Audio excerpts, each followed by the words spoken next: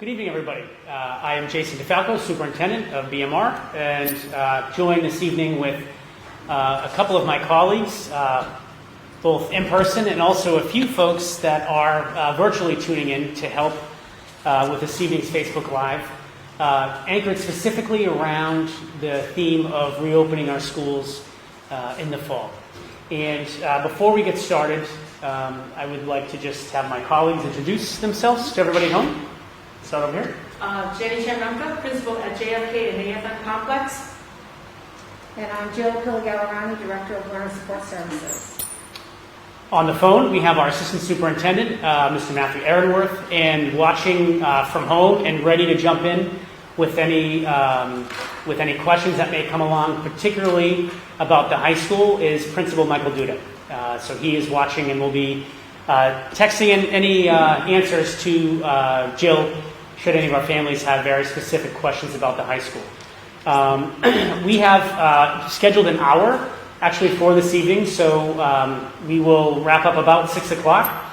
But to our families and friends tuning in, please know that if we need to have more of these as we move forward through the subsequent weeks, we are absolutely committed to doing so. We want to make sure that our entire school community feels very comfortable in understanding how we are moving forward with safely reopening our school system.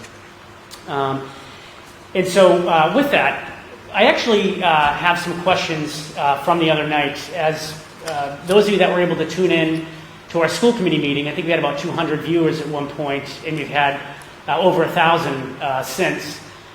There were some questions that emerged within our chat and some questions that have followed. And we're going to take a few minutes to try to walk through some of these questions and address some of these concerns, because that's the main focus of tonight. Our plan this evening is not to walk the community through our preliminary, PowerPoint and all of that, but more so because we did that at length. And I know that the majority of our viewers have probably already seen that, and our plan has been blasted out to everybody, preliminary plan. So we'd rather spend the time this evening talking about the questions that you have and addressing the issues that matter most to you. And so with that, we're going to actually open with some of the questions that either have been forwarded along to our school committee, or they were in our message thread from the other evening, or they were questions that came along to any number of us over the past few days. And I do want to just give a big shout out to our parents who have reached out. We've had dozens and dozens of inquiries about our preliminary plans and people looking for clarity. We've had text message conversations, email conversations, phone conversations, and just a big thank you. What we want to make sure we are doing is filling in the gaps that we have in our own understanding with these plans with facts, right? Facts are really important. We don't want to fill them in with what we heard or what we thought we heard or what we maybe have seen or heard from somebody else. So I would ask families to take their questions and concerns directly to administration and let us support you with those. And so with that, I'd like to just jump in. One of the first questions that we were asked was this idea of, could we have all students and staff tested before the first day of school? That is the question that has come up with our education commissioner. Superintendents have asked that repeatedly, particularly for staff, to see if there are any opportunities for an increase in testing at the local level for that. And he has said that he is committed to continuing to commit to work on a possibility for some of that testing with our State Department of Public Health. And so while I don't have an answer for that question, I do know that there's been a lot of conversation about asking families and staff to self-quarantine with their families before coming back to school to make sure that we are limiting exposure to other people, so that, of course, when we all come back together as a community, we limit exposure to each other. And I think one important thing to note about that, having recently had a conversation with our boards of health as early as today, we in Millville, our current numbers since March have had 33 reported cases of COVID. We have 1 active case in Millville currently. And in Blackstone, we have had to date 60 total COVID cases with 1 current active COVID case in our community today. So I do think it's important to know that we only have, at this point, 2 active cases across our total 12,500 residents from both communities. There was another question that came up around why isn't there an option for a hybrid model for 2nd and 1st grade? So that's a great question. And one of the things that we have learned about all of this in terms of reopening schools is the need for our youngest learners to get back to school as much as possible in person. So we've created a preliminary plan, as all of you at home know, that would give us the opportunity to get our K1, 2, and 3rd grade students back full time. We know from the latest study put out that was done in South Korea on their 6,500 student sample that the infection rate or spread rate for students under 10 is very, very different. It's much lower than students who are 10 and older who have a transmission rate similar to adults. So there is some medical research behind our decision, but also we know that our students in grades K, 1, 2, and 3 are still learning how to read. They're just in 3rd grade reading to learn, right? So they're just kind of making that transition. They're learning how to write and develop their thoughts and sentences. And they're learning their early foundation blocks of numeracy, of math. So from that perspective, we kind of call them the bookends, right? We got our older students and our younger students. We really want to make sure that we can bring back those younger students safely to help with their learning. So it isn't that there wasn't thought about a possible hybrid option for the younger grades, but all research is pointing directly at the need to have our younger students back. There was a question from a student that came in, and I should also mention our principals are working on putting together student groups over the month of August to have conversations with, I think, the population of people that matter the most in all of this. Those are our kids. What do they think? And what's their level of comfort? So our principals are working at putting those focus groups together. So parents, don't be surprised when you hear from the principals for a check-in with your child on this issue. But this student is asking, if it's a day that I have distance learning, but I have sports practice, how do I get back to school?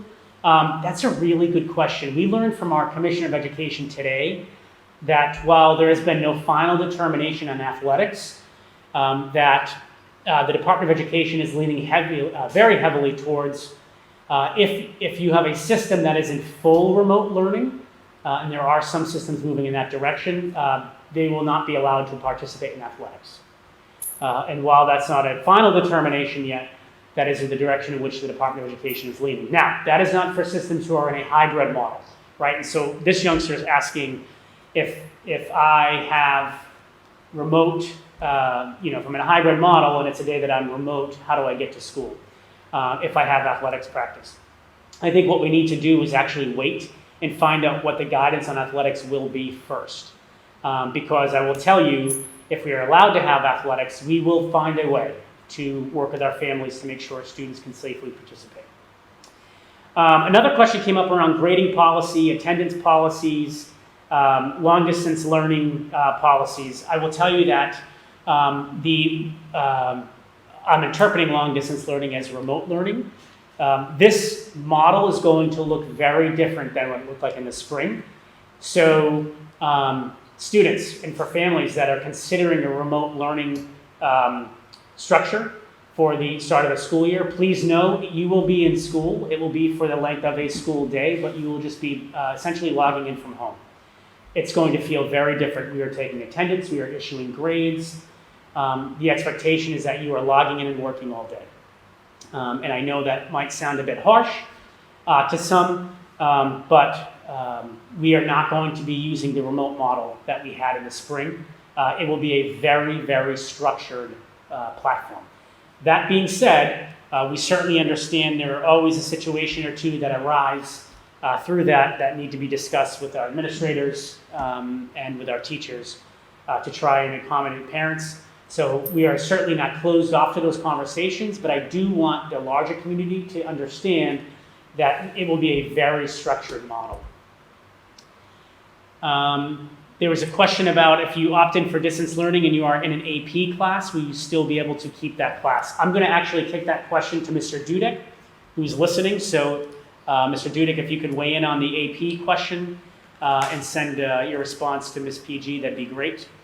What I will tell you is that we will work very hard to accommodate.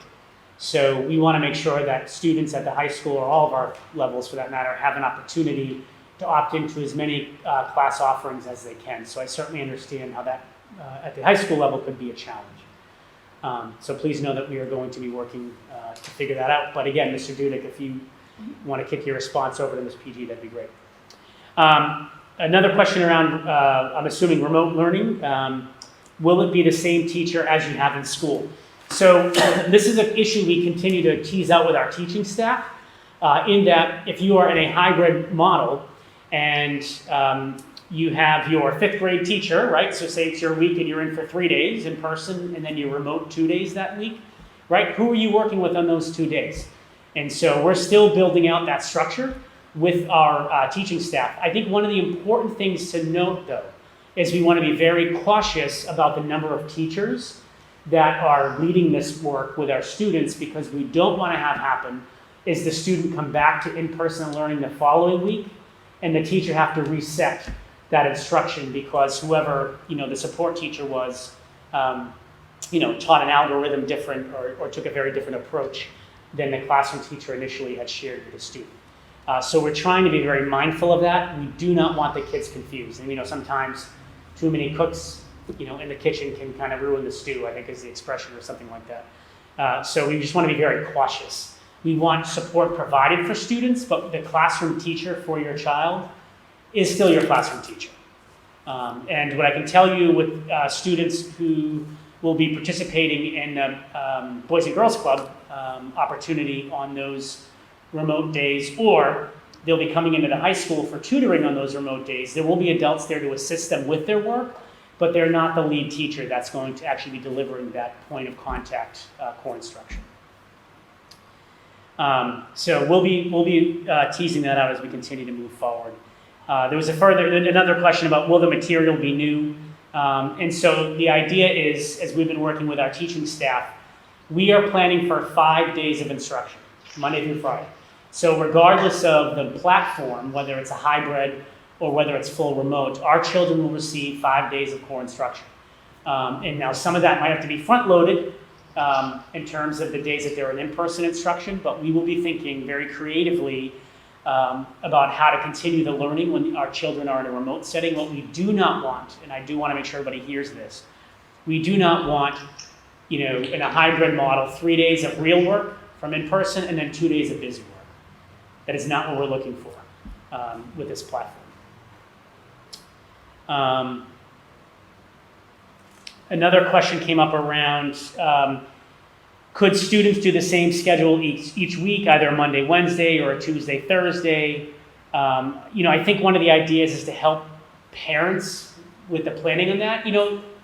Let's talk about that for a minute, because there's pros and cons to all of this. I think it's important for everybody at home to know that we're not going to get something without giving something. And for those of you that have ever worked particularly within a middle school, I'm just thinking of like a middle school schedule, you're not going to get something in that schedule without giving something up. The scheduling piece just doesn't work like that. There's only so much time. So similarly with this type of platform, if we have a Monday, Wednesday model and a Tuesday, Thursday model in place, that in theory could work, right? I mean, any of these options could work. But then you have a fifth day, a Friday. So if you have 2 in-person days and then your 2 remote days and then a day when everybody's remote, that's a day of in-person instruction that we're missing. That may not sound like a big deal, but that day times 40 weeks, if this went the whole school year, right? That's 40 days of instruction. That's a lot of time. That's a lot of time. So we've got to really, weigh the pros and cons of that. So Dr. Falco, I'm just wondering, I'm still waiting to hear back from Mr. Dudek. He commented on Facebook. Oh, So, I did you thought see he was it? going to text me. Yep. I didn't have it, but I did have a question from a parent, and this might be something that Jenny could also help answer. Yeah, please. It's, will kindergarten students that already met their teacher online during kindergarten screening still be assigned to that teacher, or will they be teacher reassignments? And I know Jenny can clarify, but the teachers who did the screening, they were just randomly divided up, correct? So the class lists have not been done or finalized. So during screening, it was just, we assigned teachers to screen. So that teacher, particular teacher is not necessarily your child's teacher. So we have not finalized the list. Yeah, and I think just one piece to underscore what Dr. Rumke is saying is, and I'm super appreciative of our families who have taken a survey already. And by the way, I completely understand the families who haven't, because a lot of folks wanted more detail. So I get that, and that makes sense. But with that, we do need the survey data back by Wednesday, or all the surveys completed by Wednesday, because we need to look at just those issues so we can get a sense of what those reorganized class lists will look like. I can say to you preliminarily, so early, we've had over 500 unique surveys taken so far, which is super helpful from our families. At the elementary level, it's right around 20% of families so far that are looking at doing a full remote. And so as you can imagine, that's going to impact directly class lists. We have to reshuffle students and make sure that we have equity and equality across the classrooms in terms of makeup and numbers and all those things. So I'm glad you mentioned that, Dr. Rumke, because those lists will change. I guess I can ask another elementary question. It's for the elementary level, will teachers be in school for teaching remotely, or will they be sitting at home as they were in the spring teaching? Do you want to answer? Or you want to? No, go ahead. Yeah. Well, our goal is to have teachers who can return to school to teach from their classroom. A couple of reasons. We want the kids to see their classroom, even their home, doing remote learning. And all the materials and, books and resources are all in the classroom. So it will be beneficial to teach right from the classroom. Yeah, and that goes for all grade levels. So the goal is for even those, staff where we have to make accommodations, that accommodation of wanting to teach remote students will be done from one of our buildings. And so that's going to be an important piece, I think. And I'm glad you mentioned the part about the students need to see the classroom, because they really do. I think that's important for them. Even learning remotely, it would still be really powerful for them to be able to work with their teacher who's actually in the classroom space itself. I have some other questions here. Do you have more in there? Sure. Well, I'm going to throw out a question to actually Mr. Aronworth. Please. And it had to do with, what is busing going to look like? That's a good question. So Mr. Aronworth, I think that's a question for you. Sure. So, Can you hear him? we are If still not, waiting for the results of all of the surveys to come in, but busing is going to be similar to what parents are used to. However, obviously the buses will be at a much lower capacity, depending on the numbers. So there will be one student to every other seat. Students will be spaced 6 feet apart from one another. An exception will be if there are 2 students from the same household. We would consider sitting 2 students from the same household in the same seat, however, no more than 2. Depending on the numbers, again, that will determine how many times the buses have to go out and how many routes have to be created. So there may be staggered times for the buses to drop off and pick up, again, depending on those specific numbers. Another change will be the possibility of, again, depending on the numbers, is stops not being specifically in front of individual houses. So there may be, if there are a few houses that are on the same street and there's a fairly accessible intersection corner that people can get to, then we might make the stop at that corner so that there's a little less time stopping house to house because of the fact that we may be needing to make multiple trips, so that will cut down on things. Buses will be cleaned regularly according to CDC guidelines, and as mentioned at the school committee meeting, depending on whether or not there's a determination to redistribute students for lower grades to go to Millville and for the upper elementary to go to the complex, the bus times would still be approximately 40 minutes maximum per ride, and we would only have about 2 routes that would even get to that length. So the absolute maximum they would hit would be about between 35 and 40 minutes. Again, very similar to the distance of the routes that we have now. Did that come through clear for folks? Perfect. Thanks so much, Ms. Aaronworth. We'll just kind of leave. We'll put you back actually over here with Jill. Thank you. And for those of us that see all of us on our phones, we have our leadership team, which we have what I would consider a leadership team that's second to none, all typing in and sending in different things that are bubbling up, either they're hearing questions or other concerns that we could address. So please know that all of us on our phones, we're actually communicating with our team right now as this is going on. So I do have a response from Mr. Dudek regarding AP. And it was that there are various ways to look at AP courses and others. VHS offers courses, and we can work with teachers to connect with students to keep up with the curriculum. Okay. So it appears as from his response, there still are ways for students to engage in AP courses. Excellent. So we're happy to hear that. So again, we will continue to be as creative as we can to make sure our kids can still plug into the courses that they need or want to take with that. Did you have another question? Well, I have a question for me, so I'll answer this. Please. Okay. I like those. So a question came in about preschool, and it said, when can parents expect to hear more information about plans for preschool students? So I am in the process of working with our preschool team right now, because again, we want to make sure that the model in preschool, it's going to somewhat align, because preschool is a little bit different. It's an integrated classroom with what the district is doing. But, the Department of Ed did put out their reopening guidelines, and one of the things is consideration to bring students back to the maximum extent possible, and the 2 areas of focus one of them were our preschool age students. So we're working with staff right now to come up with some various models.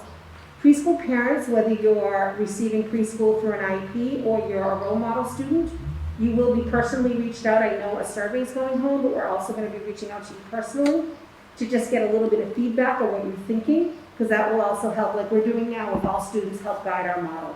But we anticipate having that out, shortly, kind of in line when the rest of the district, is ready to move forward with their plan. So it is something we are working on. There's one question actually pretty valid. I don't know how to answer that. I think Dr. DeFalco would need to answer. Is a tour of an elementary school classroom for parents to see what the setup will look like would be beneficial. Yeah, so I'm glad you mentioned that, Dr. Ormquist. So let's talk a little bit about that, because actually who you all can't see behind these cameras is our genius media team. And Jesse and Tim, we have already had some conversations about actually doing virtual walks through each of the schools to show the community at large, our parents and our general school community, what the setup looks like in every room. So we will be doing that in August. But to the other side of that question, more kind of intimate and personal piece, part of the school reopening plan is to actually have our teachers in very small groups inviting parents to come in, students to come in, and actually have a little kind of a mini orientation so that people can get used to kind of the flow of the building. They can see all the new signage. They can look at the classrooms. The students can actually get a chance to meet their teachers and start to build some of those relationships so that we're starting to really set the foundation for a smoother opening. What we don't want to have happen is students show up on the first day really nervous, really worried, uncertain, and that, for lack of a better term, almost like that shock and awe when you see the classroom for the first time, because it does look very different than the classroom that they left. I mean, I think that's probably a fair way to say that. Particularly for our youngest learners that left a lot of group work and a lot of stations and tables and different kinds of workspaces and reading rugs and bean bags. And, the classroom setup will look different than that. And we want kids to see that firsthand. And I wonder if we can talk a little bit about, there are a few questions about masks, the requirement for masks for all students, and the requirement for our young students, our kindergarten and our preschool students. Specifically for masks? Yes. Yes. So we've made a commitment in our district that masks are required. If you are in a classroom, pre-K, K, 1, 2, 3, all the way through, we have made a commitment to each other that we will keep our masks on. Hence, the three of us are wearing ours now. And so we expect that all of our students will have their masks on in their classrooms. Now, that being said, kids are going to have an opportunity to take them off and take a mask break. So we get that. We understand that.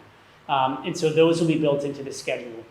We should also mention that as we discussed the other evening, we'll have some tents available should teachers want to take their kids outside. That's a great opportunity for a mask break. We will also have some form of recess. I know that was discussed last week at school committee. We did go back and check the guidance. So we will be giving students an opportunity for recess. And it will probably look a little different. They're not going to be climbing all over the equipment and things that they used to do. But they still have an opportunity to get outside, take their mask off, get some fresh air, move around, and be kids. We have to do it safely, but there will be an opportunity definitely for that. I mean, I know you have several questions. I still have some I have tons on the queue. Well, not tons, but I have several. So if you want to go back and forth. Yeah, no, go ahead, keep going. Okay. Yeah. There are a few questions about the model, on a hybrid model. So the first part of the question is, how are the cohorts formed, and will siblings be on the same schedule? Yeah, so again, the survey data being super important because we need to know who is going to be opting for which of the preliminary models. The school committee still has to approve them, of course, but this will help with our planning, at least our early planning. So our goal is to have as even of a split as possible. So for instance, we would look at building cohorts by that are in this hybrid model by last names. So we would do A through L as kind of one cohort, M through Z as another cohort, but we won't know that exact split until we know who of our families are going to be opting in. And so the idea with doing alphabetical, of course, is to keep families together. However, we also acknowledge the fact that there are a lot of blended families and their children have different last names that live in the same household. So we just have to be made aware of that. And our principals know our families really, really well, so do our teachers. So we'll be able to make those class lists as appropriate to keep families together. That's the goal. And on that same hybrid model, if you are a child who is in a hybrid model, how much support will students receive from their teachers on the remote learning days? Yeah. And will the remote learning classes, are they going to be live streamed, or is it going to be done in a different way? So that's a really great question. And we kind of spoke to it a little bit in the beginning, and we're still building that platform out. I will tell you at higher education, what a lot of universities are doing is they're live streaming. Right, the lesson, half the kids are in, half the kids are in their dorms, and they're just live streaming the lesson. I cannot commit to doing that at this point. I can tell you that that certainly would make a lot of sense in a lot of ways, but that's not something that I can commit to right now. So unfortunately, what does it look like when the child or our children or students are at home on their remote days if they're in a hybrid? We're still planning that out. But I can tell you what I can commit to is our teachers are building for 5 days of teaching and learning. So I do not want our families to think our children will get 2 or 3 days of robust instruction and new learning and then go home and do busy work. That's not the goal of this. So we need to think really creatively about how to deliver those other couple of days of instruction. I do have a busing list if you want to move Mr. Sure. Aaronworth over to the microphone. We're moving you back, Mr. Aaronworth. Okay. You're on. So the question is, are there going to be any changes with the buses? Because one of the questions were, if a child who's living in a certain distance from school lose busing. So if they're much closer to the school. I know we're encouraging students for alternate transportation, but are there going to be any changes to the busing that we're offering? So as of right now, we're not anticipating any changes to the busing model. It will depend on the number of people that respond to the surveys. According to the district policy on transportation, we do not have to transport every single student in the district based on distance from the school that they're going to and the conditions of the travel. However, we have done that. We're not looking to change that, but once we get all of the final numbers from the survey, then that will help us come to a final determination on whether or not we need to adjust any of those protocols.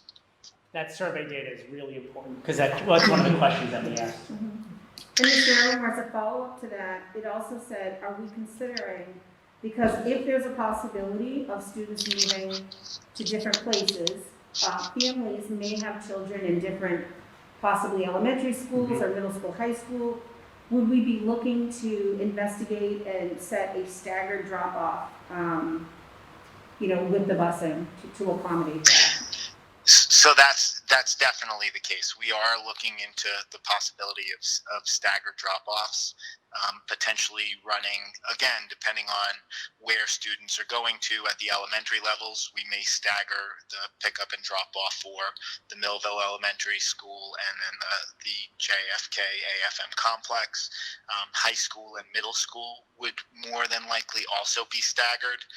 Again, it will depend on the numbers, but it is very likely for us to come up with a staggered schedule. And again, I want to encourage all of the people that are listening to this program, A, make sure that you participate in the survey, and B, with respect to the transportation, we really are asking families if it is possible for families to transport their students on their own. That would be extremely helpful. We would like to try to limit the busing to those families that absolutely need it because, as stated, the capacity of the buses are going to be significantly reduced. So, again, we are more than likely going to be staggering the schedules, but we will, again, need to look at all of the specific data from the surveys. And the last bus question for right now, what about bus cleaning? When will they be cleaned? Will they be cleaned, between routes, in the morning, afternoon, or if we have different students riding on the same bus during the day? So the buses would be cleaned between routes. So if there's a group of students on the buses, once that student group is picked up and delivered to the school or picked up from the school and dropped off, then that bus would be cleaned before picking up a different group of students. So they'll be cleaned in between each route, Mr. Aaronworth? That is the goal, yes. That should be the case. Mm-hmm. And they will also be cleaned at the end of each day. There will be a larger scale disinfecting and sanitizing of all of the buses. But they will be disinfected between routes. Thank you. Anything else in the busing? And I had a similar question. What are the staggered start and end times? We won't know until we have the final surveys. And I do want to mention, too, this question came up a couple of times over the weekend. And I want to make sure I frame it correctly. But a couple of parents had said, well, how can I take a survey and commit to a plan that's only preliminary in nature? And so what we're asking families to do is just that. Make this commitment based on the preliminary plan, and when the school committee votes a final plan, whatever that looks like, we will send out a survey again, but we will only ask parents that want to change their feedback to take that survey. And we'll be able to actually merge that data because nothing's anonymous, right? We have to have everybody's name for planning purposes. So we'll just know if you said one thing this week and thought, you know what, I'm going to shift from remote from hybrid, or you know what, I feel comfortable enough with the hybrid model, I'm going to shift to hybrid, or the full in-person for the younger grades from remote, that's fine. We can match up your name with the prior survey and take care of that. So just know that families, that the commitment you're making now is preliminary because the plans are preliminary. And when the school committee has the final approval on Thursday evening, we'll send out the results of that, and then any parent that wants to shift, we'll give them a chance to shift their response. And those that took it, that are sticking with what you said, it's fine. You don't need to take the survey again. So I guess this question would go back to you, Dr. DeFalco. So there are, one parent asked, I know we're bringing on the extra lead nurse. Mm-hmm. Do we feel that the nurses are going to be able to handle, students with sniffles or coughs? Mm-hmm. And also, what would be the protocol of entering school? One parent specifically asked about temperature taking, but will there be some type of health assessment Yes. done as students enter? And I'm going to actually have Mr. Aaronworth talk about the protocol You can for. leave that there, he said. Okay, Matt, the protocol where we're going to be doing the self-screening for families on a daily basis. Do you want to mention that? Or would you like me to talk about it? Matt? Oh, I apologize. I was having difficulty hearing it. Would you like to? That's okay, no problem. So they're talking to me. No problem. Would you like to address the self-screening protocol that your working group came up with? Yes, absolutely. Great. So we are right now trying to put together a online platform for families to self-screen. So again, the self-screening tool has not been produced just yet, but it will include questions regarding specifying that your child does not have a temperature over 100.3 degrees. That's an indicator of the possibility of COVID-19. There will also be questions regarding whether or not your child is exhibiting specific symptoms, how long they've been exhibiting those symptoms. There are probably going to be questions regarding travel to and from places that are out of state. So those are going to be the questions that you'll see on the survey. The format of the survey has, again, not been completely finalized, but we're hoping to make it something that's online. If not an online electronic checkoff, then it would be something available that is printed out on a regular basis and brought in and dropped off to the school. And so, Matt, I took my oldest son to the dermatologist this morning, and we had like a checklist. Yeah. Is it more or less like that, but we're making it electronic?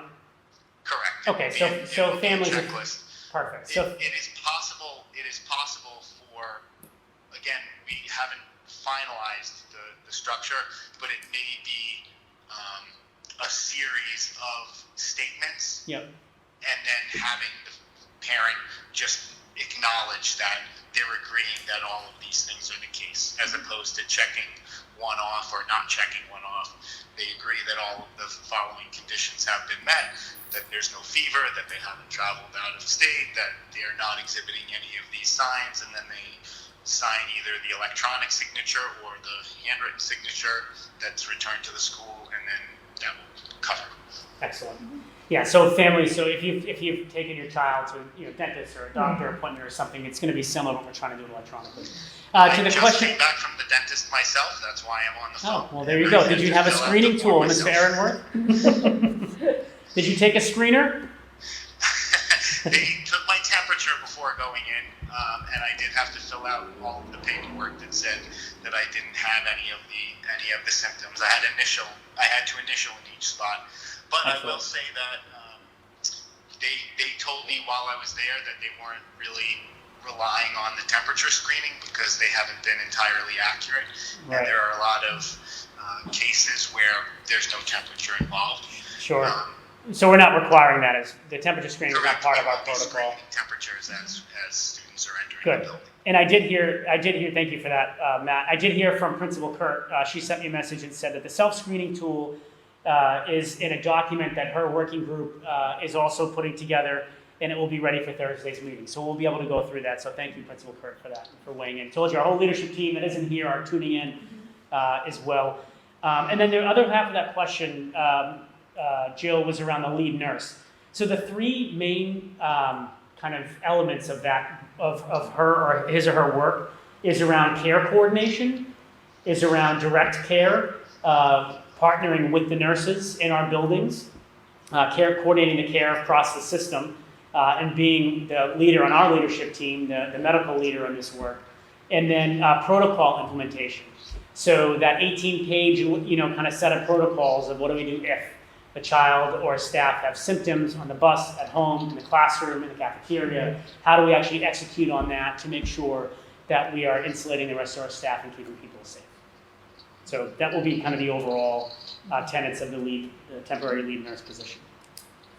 You keep mentioning the survey. We had a couple of parents who mentioned that they hadn't received a survey. So if you're a parent and you haven't received it, who should they reach out to? So it's right on Facebook. Okay. So it was posted on Friday. So if you, I'm not a big Facebook person, but if you move up our page or scroll up by date, I think is probably how it works, right?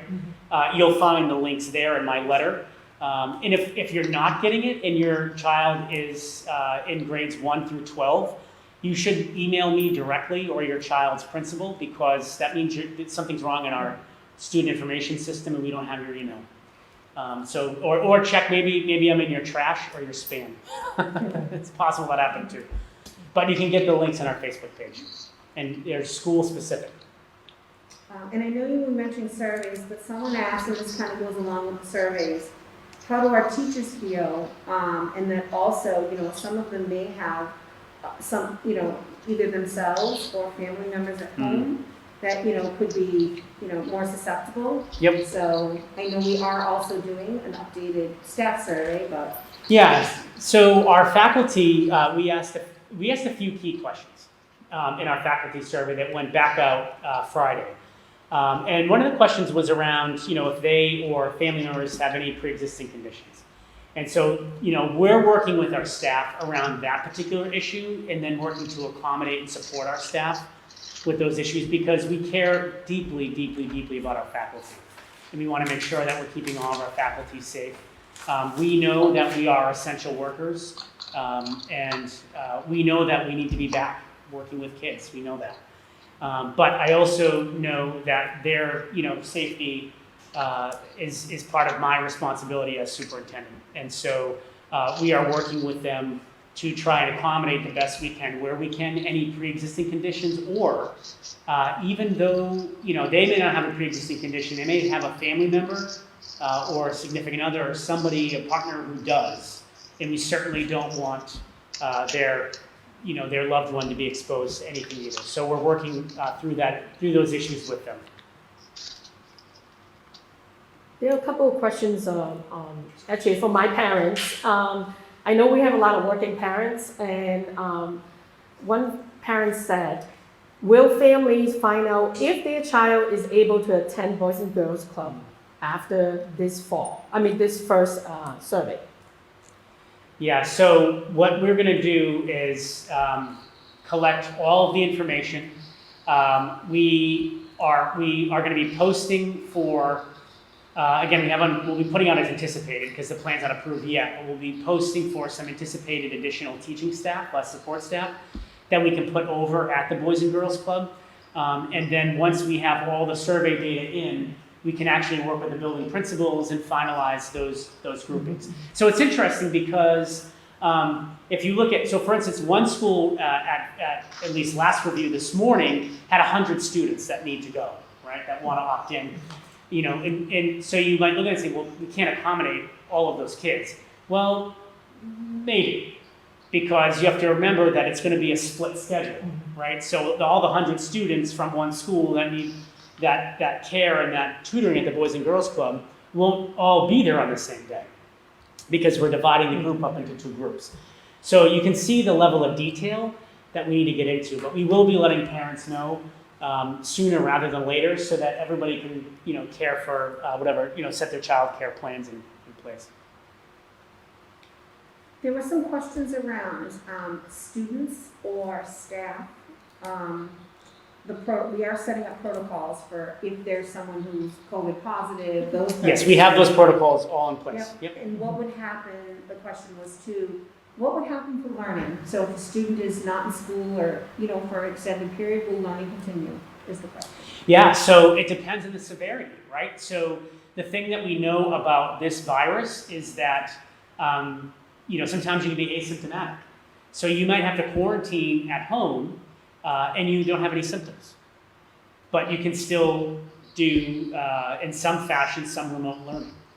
So it depends, right? Versus a situation where a child has flu-like symptoms. Well, we certainly wouldn't ask a child that has the flu to log in and do, and do any schoolwork from that perspective. So I think it's going to depend upon the degree of the symptoms. Now, if there is a situation where we have an outbreak in a school and we have to close the school for 14 days or 10 days, I have to check, I don't remember if it was 10 or 14,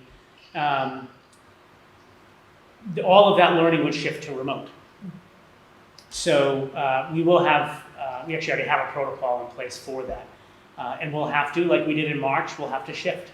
And the school will have to close for cleaning, and we'll have to do remote learning for that particular classroom or that school. I hope that answered the question. And we talked about parents having to make a decision, because there could be some options of the type of model that they can choose. But one parent, mentioned if you are opting for a specific model, is that a whole year? Or if you're opting for a model and it's not working as you had hoped, Right. what happens next? Yeah, so we want to give opportunity, but we also can't have total fluidity, or we're going to have a problem, right? So imagine, Dr. Rumke, having a constant shift in your student population week to week to week. I mean, right? So that would be impossible to manage.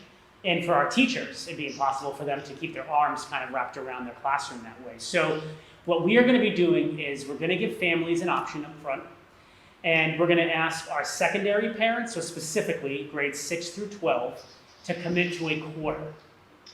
You got to give us a quarter under this particular platform. So if you choose remote, you choose hybrid, you got to stick to it for a quarter.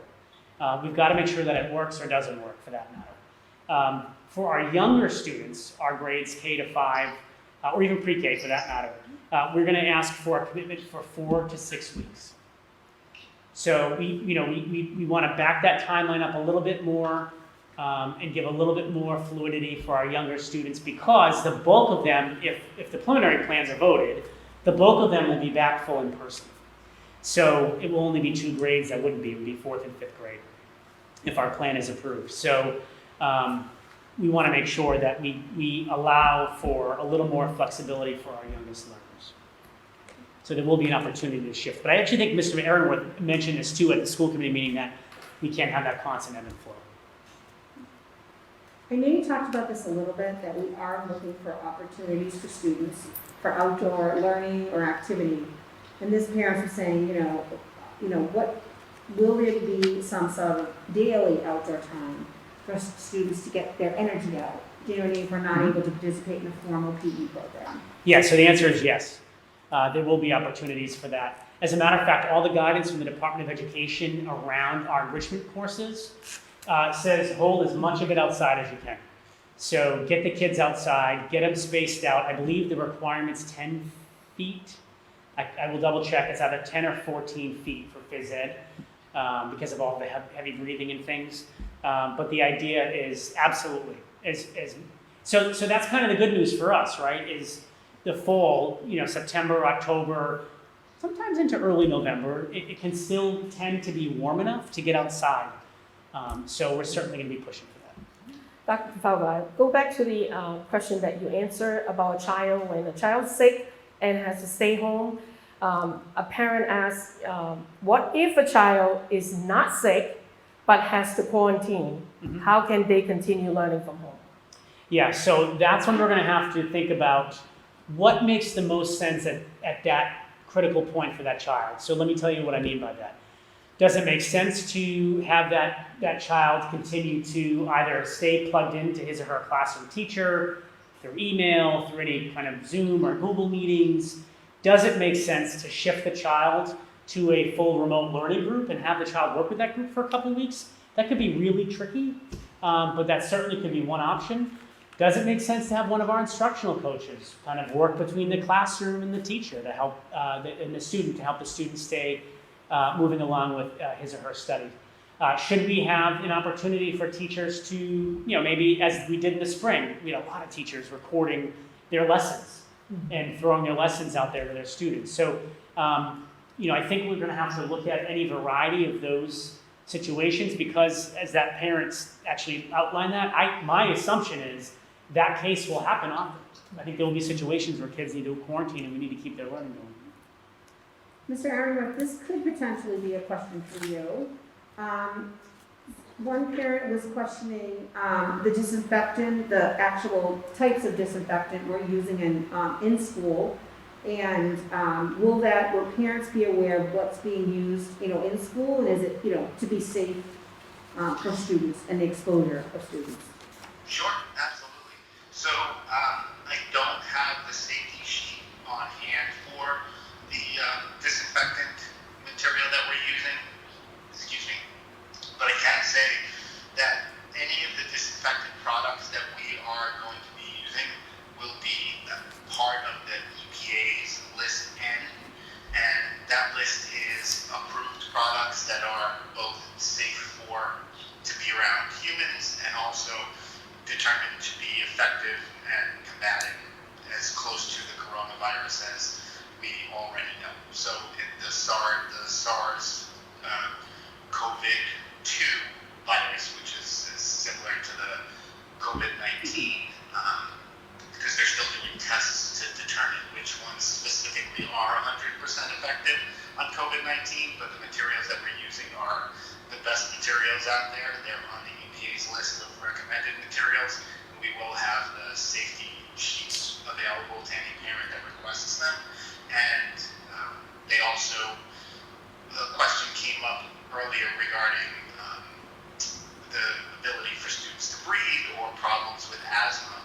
And we discussed at the school committee that there shouldn't be anything airborne while students are present, nothing that would be getting sprayed while they're trying to be in school. So for the most part, the heaviest disinfecting will be done after students and faculty leave, but there will be specific things that are disinfected regularly throughout the day.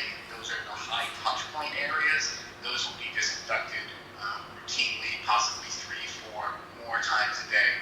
Those include the interior and exterior doorknobs, railings, push bars on doors, etc.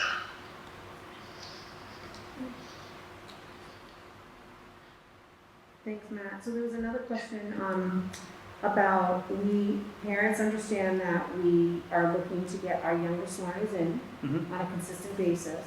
But was there any consideration given for half-day instruction for our younger students, perhaps having lunch at home, specials, art, music, and then virtual learning in the afternoon instead of a full day for students? Yeah, I'm really glad that actually there was a question similar that kind of popped up earlier today about could we, from a different parent that said, have you thought about the half-day instruction? So, so we've actually given that a lot of thought. I think one of the things that's really challenging are for our working families, A, and B, the skill development of our students.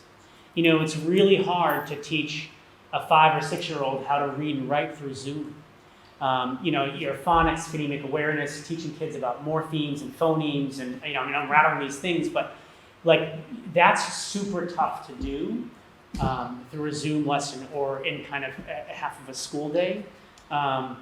And so, not only could it be tricky for families who are working to have, their 7-year-olds come home at noon every day or 11, but it also, I think, would have a direct impact on the child's development. Because although, and then if you look at the social emotional side of it, although kids aren't going to be interacting in the same way, they're still in the classroom setting, they're still with their peers, they're still with their teachers. And I want to be clear, it's not my job to convince anybody that one model is any better than the next. I think there's a lot of different opinions and information out on all of these things, of which I respect immensely. I'm just sharing with you, kind of my insight from that question. But I'm sure if you ask that question to 15 other people, you'd probably get 15 other different, you get 15 different responses. That's just my piece as an educator and as a parent. So I'll answer the next question. The question was, will children still receive their speech services, OT or PT? Yes, that's a simple answer. Absolutely, they will continue to receive those services. And in the same kind of services, someone was asking, will children still receive specials? And what will that look like? Because I'm sure it's going to look a little different. Yes, so we will be doing special classes. More often than not, the teacher will rotate into the classroom. The special area teacher will rotate into the classroom. But again, teachers can take students outside. So if they want to take the kids out and do some type of activity outdoors, if it's a nice day, which I hope we have, hopefully, fingers crossed, we have a nice fall. But we'll be able to do just that. So we will have our specials. We felt collectively as a system that we did not want to eliminate any of those opportunities for kids. And so I know Dr. Rumka and our other colleagues are building schedules that will allow kids to have their full art, music, phys ed, health. Is it going to look different? Is it going to feel different? Absolutely. They'll still have them. One parent answered that one of the questions that was answered, they felt that they needed a little more information. So if a K-3 child is not sick but has to quarantine, how can they continue learning from home? Yep. So I guess we have three things to think about for a kindergarten through third grade student who has to quarantine but they're not sick. Should we keep them plugged into their classroom teacher and work with the teacher to continue to somehow deliver the lessons and material to the child, right? That's one piece. Should we move the child to just connect the child with a remote learning teacher that's delivering all instruction that way? That's another option. Or should we have some type of a liaison, like one of our instructional coaches, work directly with that child to deliver instruction and the materials and resources while they're being quarantined? So I think I use the instructional coach as an option, but it could be somebody else. So I guess what I'm trying to say to folks at home is we don't have one specific answer for that yet, but instead we do have three ideas that we're kind of teasing out. And there could be other ideas that are out there. I hope that answered better. Someone mentioned that it's their understanding, you talked about hiring the extra support. Yep. And it's their understanding that the CARES Act money is being used to hire temporary staff. What will happen at the end of those 60, 90 days when there isn't any more CARES Act money? Will that point, would everyone go remote? Like what's the plan? Yeah, great question. I like that question because you're thinking long term. And it's a challenging one because we are living in a situation where we hope that we keep our transmission rates where they are, and we actually can do these things in September, right? I mean, so all this is fluid and can change certainly at any time. But I think it's really important to look long term. So we learned recently, from the commissioner at the very end of last week, I think it was Friday, that they are working to loosen some of the restrictions on the CARES Act money so that we can actually extend the use of that through next school year. So what initially we were told would be a hard stop, and we had to spend everything by the end of December. I actually am hopeful we will be hearing shortly that we'll have some wiggle room and be able to expend those dollars over the course of the school year. However, I think there's something really important to mention here. What we're doing now may not be the plan that's in place for all year, right? So if we maintain really low transmission rates, and we are seeing that over time, we can actually bring more students safely back into the classroom, then we'll be having those conversations about how do we do that. The idea here for folks, just again at home, isn't that what we're starting in August will be what we end with. We may not need to do that. We may be able to slowly over time increase our classroom sizes or not, or we may see an increase in transmission and have to do remote. We don't know. Can I jump in there for please. a second, Dr. DeFalco? Yep. I also wanted to say for families that are listening, that right now there is some uncertainty with respect to the Chapter 70 funding for the district, but I can say they've been really emphasizing that they are going to try to level fund the Chapter 70 money that comes in to support us from the government, and if that is the case, then we should also be fine in the event that the CARES Act money is expended within the 60 to 90 days, then the district would certainly have the ability to find some of that funding to continue the additional support. And similarly, I wanted to say that as the conditions go forward, I believe that one of the other possibilities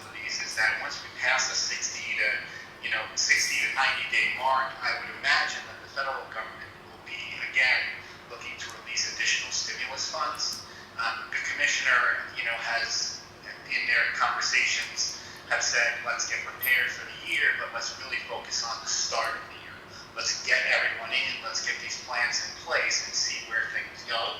I certainly think that it is anticipated that if we get into the middle of the year and it's evident that this is going to be, a continuous process of, going hybrid or going full remote or adding additional support, that federal stimulus funds will be regenerated and distributed out to the districts.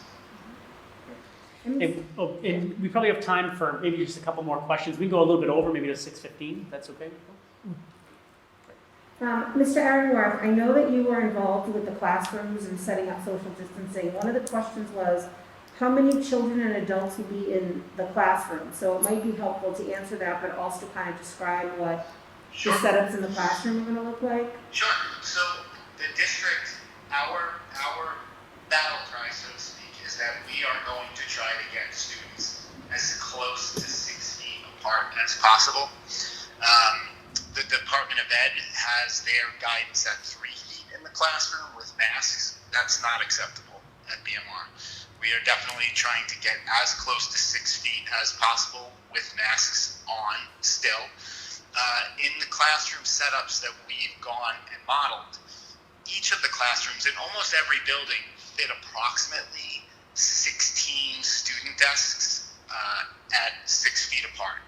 So depending on the size of a classroom, if there's a situation where we need to have 17 desks in one room, then that may shift the distance from 6 feet to, like 5 feet 10 inches or 5 feet 9 inches. But certainly once it goes past that threshold, then we would look to redistribute the kids into different classes. So it will be definitely as close to 6 feet as possible. If there's a situation where the desks are 6 feet apart or a little less than 6 feet apart, let's say there's a 17th desk in a situation and they have to have lunch in that classroom, then there will be accommodations made to remove one of the students to eat somewhere else, and there will definitely be 6 feet of distance between all of the students that are eating, because that's a standard that we can't even cut a little bit around the corner. If students are going to be eating and they're going to take their masks off, they have to be 6 feet apart. But if they're learning and they have their masks on, it's as close to 6 feet as possible. Does that answer the question? Yes, I think so. And the parent will maybe type in if it didn't, hopefully. Yeah, it's even more difficult for me to Tricky when gauge you can't since see I'm people. Yeah, remote. I know. Thank you, Ms. Aaronworth. And Yep. is there maybe 1 or 2 other questions, Ms. PG, and then we can wrap up, at least for tonight's session? Some of them are. There was a question about when will we know information to buy for school supplies for our children, but there was a parent who asked several times, I'm trying to look for it, just the concern again, Matt, with the chemicals and when will that information be out to parents? So, they'll know what we're using and, you know what I mean, any concerns or research regarding the chemicals we're using. So that kind of shifted. Initially, it was about school supplies. Yep, that was the first question. They wonder when that's gonna be posted. And I they're can talk also- about that if you want to deal with the chemical question, Matt. Sure. We do know as of right now the disinfectant that we're using in the building. Again, I'm not in my office space, so I don't have that at my fingertips. But we could make that information available pretty readily soon, Sure. by tomorrow. Okay. And Dr. Ramka, do you want to talk about the school supply Yep. posting? So I actually, it's funny that someone asked that question. I had just emailed all the teachers by grade level. We'll be meeting and work on a list because the supplies list will be very different than normal school year. So we want to make sure that each child has their own supply, so we're not cross-contaminated. Is it safe to say, Dr. Ramka, that maybe by mid-August, Sure. we should have this supply list up? Okay. On the school webpage? Mm-hmm. Okay. I'll be sending email out. Oh, with the list. So we'll make sure that the other principals do that as well. And Josh and Falco, some parents, they understand the survey is definitely meant for families and, to make a commitment. But some of the concerns with choosing school learning for K through 3, right now, there's still so many unknowns regarding the amount of socialization, isolation, students, will encounter. Will they be sitting for the majority of their day? Will there be little interaction? Just difficult to make some parents make a choice right now. I definitely understand that, and I know that our primary grade teachers do too. I mean, I know we've had some conversations about that, and actually we're speaking tomorrow again, one particular grade level. I think we're all a little worried about that. I think one of the things that we need to be thinking about though is how can we safely build in those frequent breaks and those opportunities for movement. When I think about socialization and isolation, at least from a perspective of a dad, having my 2 kids home, still really haven't done anything, to be frank. That's about as isolated as you can get. And so at least having them back in a classroom setting, while it's going to look different and it will feel definitely different, they'll still be with their peers, they'll be with their teacher, there'll be room for conversation, there'll be opportunities for them to get up, to go outside, to stretch, to breathe, to get some play in. It's not going to look the same. I will not sit here and pretend that it will, but I would have to think from a parent lens and from an educator lens, it has to be better than being in a situation where you're kind of contained to your own home and maybe don't have an opportunity to see other kids that you would see in class, or the opportunity to see your teacher in person or your principal. It's also, I think about those micro interactions, right? Kids on the bus. Yeah, there'll only be 25 kids on the bus, but they'll be able to talk to each other across the way and with their masks on. And, I think all those little micro interactions add to an overall macro kind of experience that won't be perfect, but I think it will feel better than what we had in place. That's just my sense. We're so close to Rhode Island. Is Rhode Island considered out of state? So if that were the case, I would have to quarantine when I come to work every day, because I live in Rhode Island. So would Dr. Remke. We're Rhode Islanders, although from Worcester, at least me. But we had this conversation with staff today about, how do we kind of work this out with families who live in Rhode Island. I mean, we thankfully we don't have to quarantine and we don't have to do all those things, but, we do have to keep in mind that, and we have some families that have, one parent lives in Rhode Island, one parent lives here, and there's some of that, kind of transitioning back and forth too. So it's a reality when you're in border town, we just have to make it work. Dr. Falco, can you talk a little bit more about the Boys and Girls Club, because we have several questions. Somebody asked if Boys and Girls Club would offer free, program. Yeah, so the program is no cost to families. We will serve our lunches there. We'll serve our breakfasts there. We will have it staffed. We will have counselors on hand. We'll have our lead nurse as kind of one of our, being able to go visit that site. We did that and we developed that partnership. A, they're just an amazing organization, but B, we had to expand our footprint, right? We had to get bigger. We had to get more space to get more kids. So the programming will be a lot of tutoring. There'll be some enrichment activities. It will not be as structured, as it would be as if you were sitting in the building per se. But remember, on those remote days, students are going to have a lot of work to do. There's a lot of learning to do. So they're going to have to keep pace with all that learning and work while they're there. And we'll have staff there to help. The idea with that was and I should also mention, we're going to keep the kids in a cohort. The idea with that was to try to take some of this burden off of our families. And that same question asking about before and after school care. Yeah, so that needs to be worked out with the Boys and Girls Club, because I don't want this program to negatively impact their program. But I know they had some conversations about what their before and after school program would look like. So that would be a better question for Bruce or Sarah from the Boys and Girls Club specifically. But we are committed to helping them with that. I just want to be mindful of time. It's 6:15. Maybe one more question and then we can. Okay.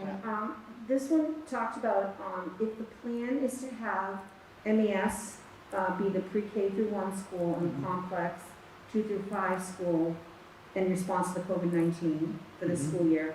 Will students go back to the town's elementary school the following year, or is this a permanent move? That's a really good question. So running parallel to this, obviously the community knows the work we've been doing with the regional agreement.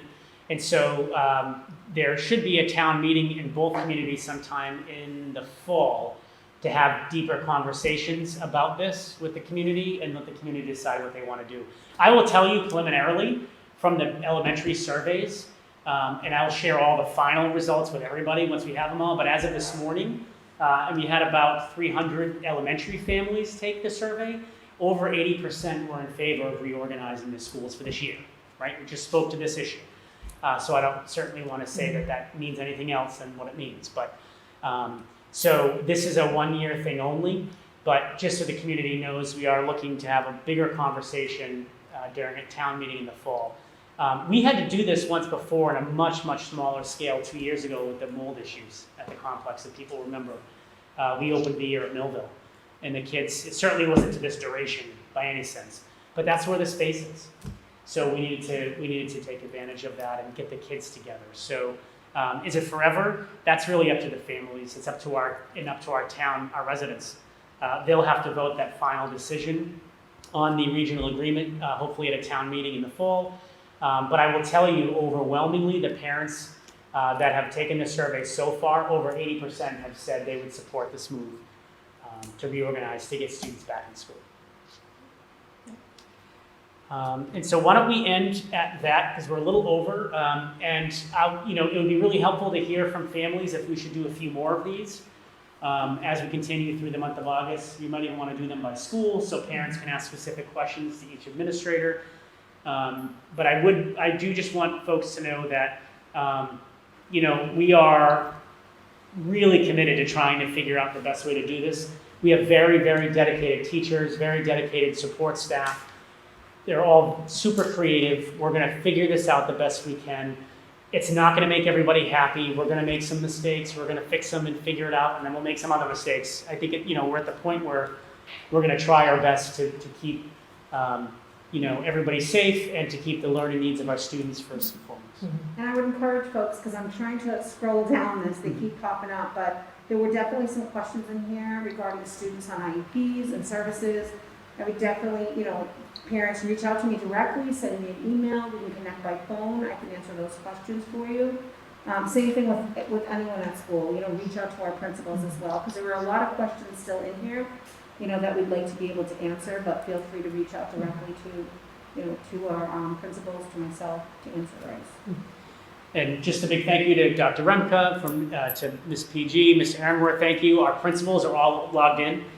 They were Ms. Schaefer, Ms. Kurt, Mr. Dudek, they were all zooming in, texting in from home, so thank you so much for that. And we look forward to chatting with everybody again. And Thursday evening, we will have a school committee meeting at the middle school. It will be in person, where there'll be a final decision, at least at this point.